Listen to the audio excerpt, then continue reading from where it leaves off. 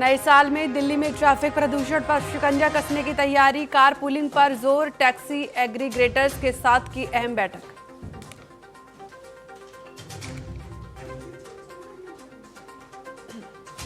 Canada में हिरासत में लिया गया एयर इंडिया का पायलट, वैंकूवर में उड़ान से पहले पी थी शराब, दिल्ली आने वाली थी फ्लाइट।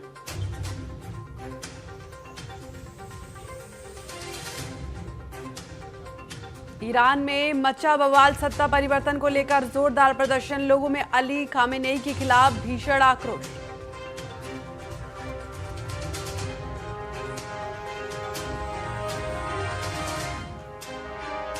स्विट्जरलैंड के बार में ब्लास्ट के बाद लगी भीषण आग, जश्न मना रहे लोगों में मची अफरा तफरी, कई मरे कई घायल।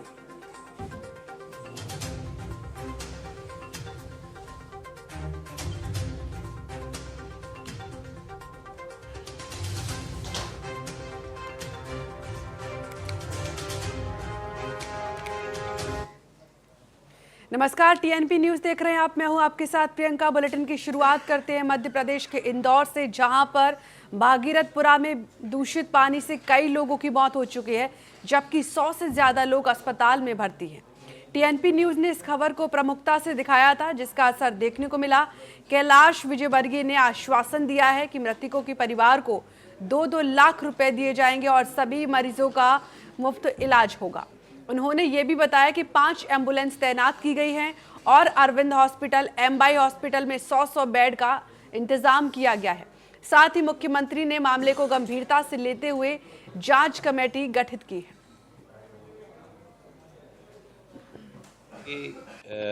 लगभग 1400 लोगों की रिपोर्टिंग हुई है। 1400 लोग जो बीमार हुए हैं, उसमें से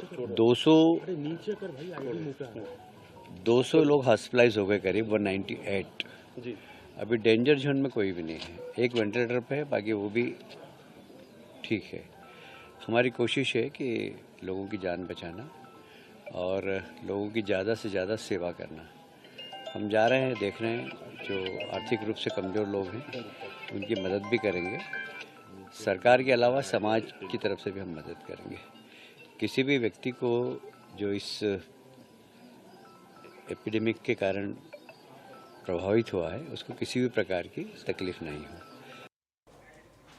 तो पीड़ित परिवारों को 2-2 लाख मुआवजे की मांग की गई है और घायलों का मुफ्त इलाज, जांच कमेटी भी गठित की गई है सरकार के द्वारा। दूषित पानी मामले से हड़कंप मच चुका है, लोगों की जानें जा रही हैं, तमाम तरीके के अब इंतजाम किए जा रहे हैं सरकार के द्वारा। आपको बता दें कि टीएनपी न्यूज़ ने इस खबर को प्रमुखता से चलाया था, जिसका असर अब देखने को मिला है। तो पीड़ित परिवारों को 2-2 लाख की सहायता दी जाएगी।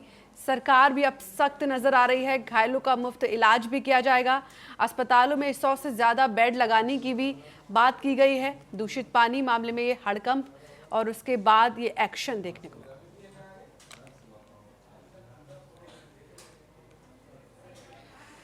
तो अब एक्शन में सरकार आ चुकी है, लेकिन कई जानें इसमें जा चुकी हैं। पीड़ित परिवारों को 2-2 लाख सहायता भी दी जाएगी। अस्पतालों में मुफ्त इलाज की भी बात कही है सरकार ने। 100 से ज़्यादा बेड तैयार किए गए हैं और टीएनपी न्यूज़ की खबर का यह असर हुआ है। तो एक्शन में आ चुकी है राज्य सरकार। 2-2 लाख आर्थिक मदद की भी बात कही गई है सरकार के द्वारा। 100 से ज़्यादा बेड लगाए जाएंगे, अस्पतालों में मुफ्त इलाज मिलेगा मरीजों को।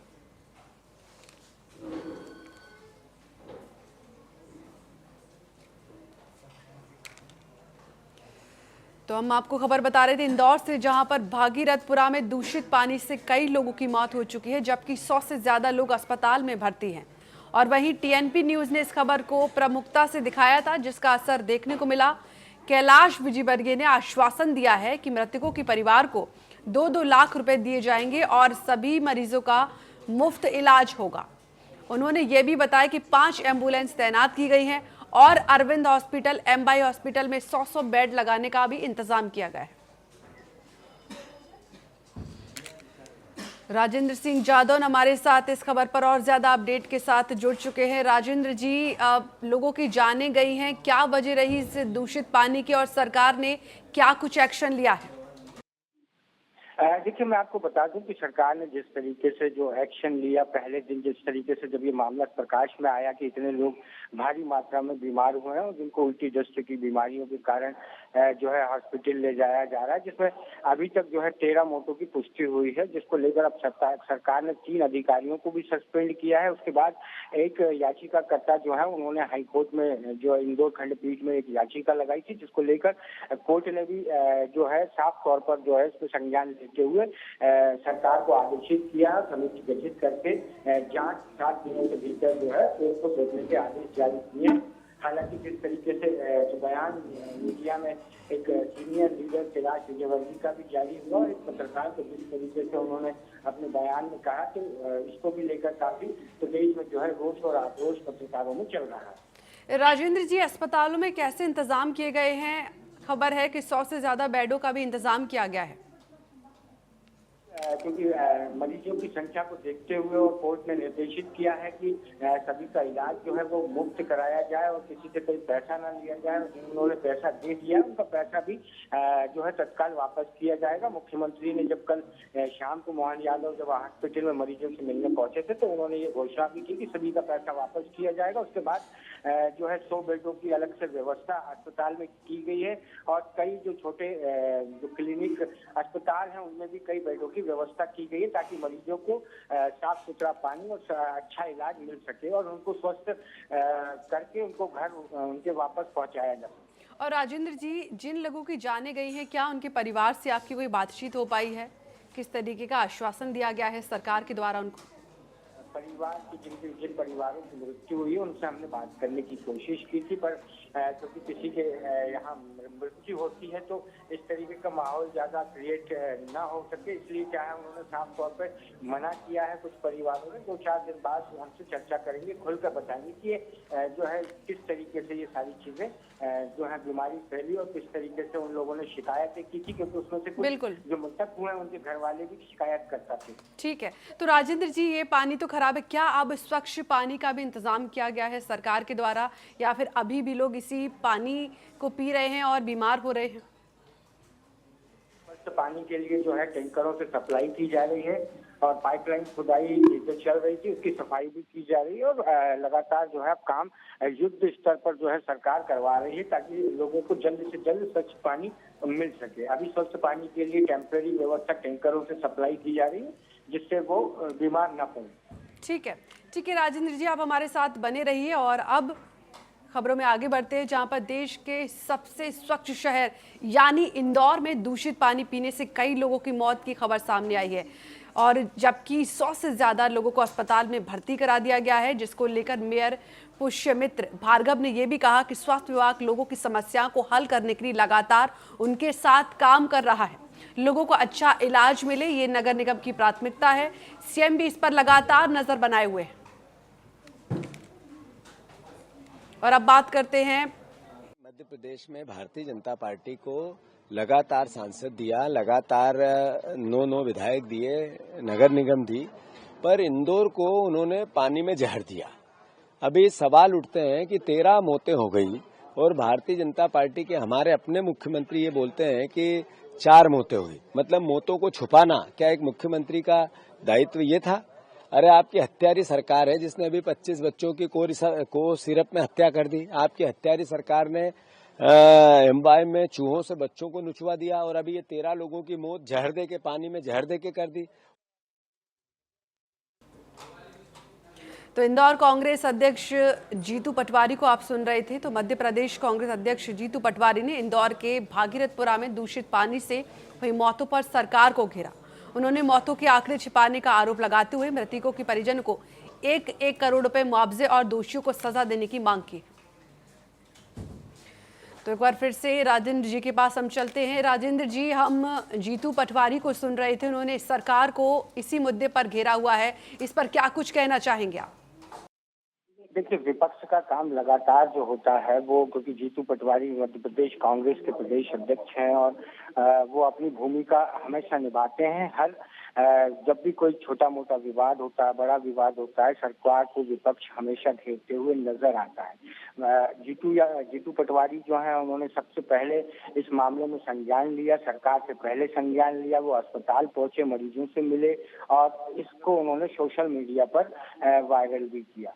तो जो, क्योंकि लोकल से जीतू पटवारी इंदौर से ही आते हैं, वहां से चुनाव लड़के वो मंत्री भी रहे हैं पूर्व में, और अब क्योंकि इस बार जो चुनाव था 2023 का, तो इनको करारी हार का सामना भी करना पड़ा था। उसके बाद ये प्रदेश अध्यक्ष बने हैं, इसलिए लोकल में अच्छी पकड़ होने के कारण जो है वहां पर सबसे पहले पहुंचने वाले व्यक्ति थे और उन्होंने सरकार को जो है लगातार इस मुद्दे पर घेर रहे हैं और लगातार जो है वो जनता से मिल रहे हैं, जनता को समझाइश दे रहे हैं और उनके इलाज के लिए जो है वो मदद भी कर रहे हैं। और क्योंकि विपक्ष में है तो उनकी भूमिका जो है बाकायदा आरोप प्रत्यारोप की जाती है, लेकिन सरकार जो है थोड़ा सा लेट चेती, लेकिन चेती जरूर। और उसने वक्त रहते जो है मोहन सरकार ने जो है सारी चीजों पर पकड़ बनाई और उसके बाद लगातार आश्वासन दिया है कि सभी का मुफ्त इलाज कराया जाएगा, उनको उनका जो पैसा प्राइवेट स्कूलों अस्पतालों में लगा है वो वापस किया जाएगा। उसके बाद जो मृतक परिवार हैं उनको भी जो है फंड दिया जाएगा। मृतक के लिए उन्होंने घोषणा भी की है कि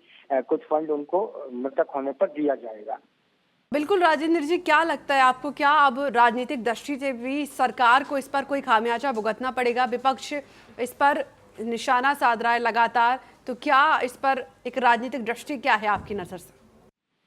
देखिए, विपक्ष लगातार जो है वो अपना निशाना साधता है और सरकार को, जो सत्ताहीन पार्टी होती है उसको लगातार घेरने की कोशिश करता है। मुद्दों को मुद्दा बनाते हुए मैदान में उतरता है और विपक्ष का काम है कि जनता की आवाज बनकर सामने लाई जाए और सरकार को चेताया जाए। विपक्ष अपना काम बखूबी निभा रहा है और जिसको जीतू पटवारी जो है लगातार जो है जनता के बीच में संपर्क में रहते हैं, जमीनी नेता हैं और जमीनी स्तर पर काम करते हैं। वो अपनी इस पकड़ का पूरा फायदा उठाकर लगातार सरकार को घेरते रहते हैं और सरकार जो है लगातार सिरे से उनकी जो चीजें होती है उसको नकारती रहती है और सत्ता पक्ष जो है उनकी बातों को हालांकि सुनता भी है और उस पर अमल करके तुरंत कार्रवाई भी करता है। कुछ तस्वीरें भी हमारे सामने आई हैं जो हम देख रहे हैं कि अब दूषित पानी के बाद काम लगातार वहां पर हो रहा है, गड्ढे हो रहे हैं और पानी के लिए, स्वच्छ पानी के लिए लगातार प्रयास किया जा रहा है। तो कहां तक पहुंचा है प्रयास? देखिए, जब ये पूरा जो मामला कल अखबारों और मीडिया में जब छापा गया, मीडिया में जब ये मामला उछला और उसके बाद एक पत्रकार कर्मी के साथ जब रात में जो है यहाँ जो मंत्री हैं कैलाश विजयवर्गीय, नगरीय प्रशासन मंत्री हैं, एक सीडीएम लीडर हैं, जब उन्होंने, क्योंकि इंदौर से उनका भी लगाव है और जनता की समस्याओं को बहुत गहराई से सुनते हैं, जनता उनके लिए जो है घर परिवार जैसी है, तो उस टेंशन में, क्योंकि उनके क्षेत्र के लोग ज्यादा बीमार थे, उस टेंशन में उन्होंने मीडिया कर्मी को घंटे जैसे शब्द का उपयोग किया था, जो इस समय एक विपक्ष के लिए भी एक मुद्दा बना हुआ है और पक्ष के लिए भी एक मुद्दा बना हुआ है। ठीक है, दोनों जगह। ठीक है राजेंद्र जी, ये तमाम जानकारी साझा करने के लिए और हमारे साथ जुड़ने के लिए शुक्रिया। तो देश के सबसे स्वच्छ शहर इंदौर में दूषित पानी पीने से कई लोगों की मौत की खबर सामने आई है, जबकि 100 से ज्यादा लोगों को अस्पताल में भर्ती कराया गया है, जिसको लेकर मेयर पुष्यमित्र भार्गव ने यह भी कहा कि स्वास्थ्य विभाग लोगों की समस्याओं को हल करने के लिए लगातार उनके साथ काम कर रहा है। लोगों को अच्छा इलाज मिलने के लिए नगर निगम की प्राथमिकता है। सीएम भी इस पर लगातार नजर बनाए हुए हैं। अधिकृत रूप से 3 लोगों के दिवंगत होने की जानकारी स्वास्थ्य विभाग ने जारी की है, लेकिन मेरी जानकारी के हिसाब से कॉज ऑफ एडमिशन और इस भागीरथपुरा से बीमार होकर दिवंगत होने की संख्या कुल 7 है। अधिकृत रूप से स्वास्थ्य विभाग और अपना आंकड़ा जारी करेगा। 36 लोग डिस्चार्ज हुए हैं, कुल 116 से ज़्यादा लोगों के बीमार होने की जानकारी है। इंदौर नगर निगम स्वास्थ्य विभाग लगातार लोगों के बीच रहकर उनकी समस्या को हल करने की कोशिश कर रहा है। हमारी प्राथमिकता ये है कि लोग अच्छे इलाज के साथ जल्दी से ठीक हो जाएं। तो इंदौर के मेयर पुष्यमित्र भार्गव को आप सुन रहे थे और अब वक्त एक ब्रेक का।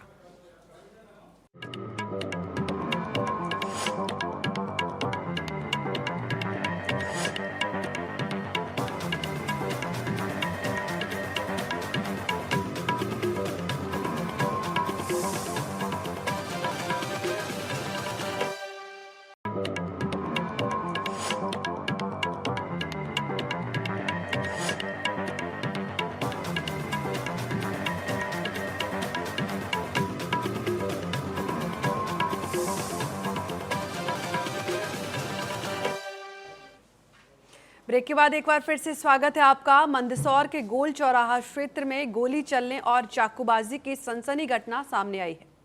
ये वारदात दिलीप ऑटो एजेंसी के मालिक दिलीप जैन के घर पर हुई। इस घटना में दिलीप और उनकी पत्नी सहित 3 लोगों की मौत हो चुकी है। घटना के बाद हत्यारे फरार हो गए। बताया जा रहा है कि सोने का कोई लेन देन नहीं था, जिसकी वजह से कई दिनों से विवाद चल रहा था और उसी के चलते निम्बाहेड़ा निवासी विकास सोनी मंदसौर अपने साथियों के साथ पहुंचा और वारदात को अंजाम दिया। कि एक घर के अंदर गोलियों के चलने की आवाज़ आई है। मौके पर जब पुलिस पहुंची तो मौके पे 3 लोग मृत अवस्था के अंदर कमरे के अंदर मिले, जिनको फर्दर आइडेंटिफाई किया तो 2 लोग हस्बैंड वाइफ के रूप में आइडेंटिफाई हुए और एक अन्य व्यक्ति बाहरी व्यक्ति आइडेंटिफाई हुआ। मौके पे हमारे द्वारा जब चेक किया गया, उसको सीन ऑफ क्राइम को सर्च किया गया तो वहाँ पे एक पिस्टल और एक चाकू भी पुलिस को बरामद हुआ है। अभी तीनों ही बॉडी को पीएम के लिए हमारे द्वारा रवाना कर दिया गया है। और अब खबरों में आगे बढ़ते हैं मध्य प्रदेश के पांदुरा जिले से, जहां पर मोहगांव नगर के वार्ड नंबर 8 में एक मकान में अचानक आग लग गई। आग से घर का सारा सामान पूरी तरीके से जलकर राख हो गया। घटना के समय बहू और बेटा बच्चा घर के बाहर थे, जिससे उनकी जान बच गई। स्थानीय लोगों की मदद से आग पर फिलहाल काबू पा लिया गया है। से देख रहे थे, धुआं निकला काला काला तो दौड़े और उनके आके सब फ्रिज क्या बोलते ड्रेसिंग, गोदरेज, कपड़े, उनके बिस्तर, पैसे वैसे थे, सब जल गया। नाश्ता चावल थे, गेहूँ थे, सब जल के हो गया। और अब बात सिंगरौली की, जहां जिले के कलेक्टर गौरव बैनल ने नववर्ष के अवसर पर जिले वासियों को हार्दिक शुभकामनाएं देते हुए सुख समृद्धि और बेहतर भविष्य की कामना की है। इस दौरान कलेक्टर ने कहा कि नए साल में जिला प्रशासन का मुख्य फोकस शिक्षा और स्वास्थ्य सेवाओं को मजबूत करने पर रहेगा और गरीब जरूरतमंद बच्चों को गुणवत्तापूर्ण शिक्षा, आम नागरिकों को बेहतर स्वास्थ्य सुविधाएं उपलब्ध कराना प्रशासन की प्राथमिकता होगी। बहुत सारी हैं शासन की जितनी योजनाएं हैं, सबसे पहले तो वो प्राथमिकता पर हैं। जितने भी प्रायोरिटी सेक्टर्स हैं उन पे हम सबको काम करना है। कोई भी हितग्राही हमारा किसी लाभ से वंचित ना रहे, ये हमारा पूरा प्रयास रहेगा। इसके अलावा जो क्षेत्र से संबंधित चीज़ें हैं जैसे कि शिक्षा, उस पर अहम फोकस रहेगा। सभी बच्चों को जो है वो पढ़ाई का अवसर जो है वो मिले, कोई बच्चा हमारा छूटे ना, और साथ ही साथ क्वालिटी एजुकेशन मिले। पूरा प्रयास रहेगा कि जितने हमारे विद्यालय हैं और जो हॉस्टल्स हैं उसकी व्यवस्थाएं इस तरह से हो कि जब बच्चा पढ़ के निकले तो उसके पास वो स्किल सेट ऑलरेडी मौजूद हो, जो कि उसको आगे कॉलेज में एडमिशन के लिए सहायक हो या फिर इंडस्ट्री में जो डिमांड होती है स्किल की, वो उसमें नव वर्ष 2026 का शुभारंभ बागेश्वर धाम में हनुमान भक्ति और सामूहिक हनुमान चालीसा पाठ के साथ हुआ। मध्य रात्रि 12 बजे बागेश्वर महाराज ने हजारों श्रद्धालुओं के साथ चालीसा पाठ कर नव वर्ष का मंगल आरंभ कराया। देश विदेश से आए श्रद्धालुओं ने दर्शन किए। बागेश्वर महाराज ने युवाओं से मोबाइल और सोशल मीडिया का कम उपयोग करने का संकल्प लेने का आह्वान किया है और सभी को सुख समृद्धि की शुभकामनाएं दी है। मैं स्पेशली बागेश्वर धाम आया था नया वर्ष मनाने के लिए। नॉर्मली हमारा नया साल इस तरीके से नहीं मनाया जाता। हम लोग फैमिली के साथ खाना खाने जाते हैं, पार्टी करते हैं, बट आज गुरुजी की आज्ञा हुई और उन्होंने बुलाया तो बागेश्वर धाम आए और एक अद्भुत दिव्य फीलिंग रही है। महाराज जी की कृपा रही है। हनुमान चालीसा पाठ किया जी, हनुमान चालीसा का पाठ किया है रात को 12 बजे। इस तरीके के सौभाग्य नॉर्मली नहीं मिल पाते हैं, भगवान की कृपा रही है। कैसे मनाते थे इसके पहले हम लोग शाम को पार्टी करने जाते थे, जैसे फैमिली के साथ खाना खा रहे हैं, नया साल मना रहे हैं, 12 बजे पटाखे फोड़ रहे हैं, बट इस तरीके का जो चालीसा करना या फिर पूजा करना इस तरीके से नहीं मनाते थे। तो ये एक अद्भुत एक्सपीरियंस रहा है हमारा। मैं पिछले 3 साल से अपना नव वर्ष की शुरुआत गुरुजी के साथ करती हूँ और आज के दिन ही मेरा जन्मदिन होता है, तो मैं 3 साल से गुरुजी के साथ ही मना रही हूँ। आज इस बार जो 2026 का है नया वर्ष किया, हनुमान चालीसा का पाठ किया गया, तो कैसा अनुभव रहा? बहुत ही अद्भुत अनुभव रहा। पहले हम लोग पार्टीज करते थे, एंजॉय करते थे, लेकिन ये एक अलग ही एक्सपीरियंस था। एक डिवाइन, मेरे को खुद के अंदर महसूस हुआ कि एक डिवाइन पावर सच में एग्जिस्ट करती है, जो हम पहले कभी महसूस नहीं कर पाते थे, बट आज मुझे वो फील हुआ कि नहीं, ऐसे भी न्यू ईयर की शुरुआत की जा सकती है और मुझे पूरा विश्वास है कि मेरा आने वाला साल बहुत ही अच्छा जाएगा। और अब खबरों में आगे बढ़ते हैं। मध्य प्रदेश के मैहर में मां शारदा मंदिर में बड़ी संख्या में श्रद्धालुओं ने पहुंचने पर एएसपी चंचल नागरा ने कहा, यहां पुलिस फोकस की तैनाती की गई है। सभी को निर्देश दिए गए जा चुके हैं कि श्रद्धालुओं को किसी तरह की परेशानी नहीं होनी चाहिए। यहाँ पर हमने विभिन्न जिलों से आसपास के हमको और पीएचक्यू से बटालियन के माध्यम से हमको लगभग 200 की संख्या में फोर्स मिला है और कुछ हमने अपने जिले का फोर्स यहाँ पे लगाया है। तो इस तरह से 250 के लगभग संख्या में हमारे यहाँ पे फोर्स लगा हुआ है। पहाड़ी के विभिन्न पॉइंट्स पे चढ़ने और उतरते समय जो तीनों मार्ग है उस पे और ऊपर गर्भगृह में। और अब बात दतिया की, जहां नया वार्ड क्रमांक 6 में लाला का ताल मस्जिद के सामने शासकीय भूमि और नाले पर अवैध अतिक्रमण का मामला सामने आया। आरोप है कि सरकारी बाउंड्री तोड़कर 3 मंजिला निर्माण और अवैध प्लास्टिंग की गई। मामले में कुछ स्थानीय लोगों और नगरपालिका कर्मी के नाम सामने आए हैं। कलेक्टर वानखेड़े ने जांच के आदेश देते हुए अतिक्रमण पाए जाने पर तत्काल कार्रवाई की बात कही है।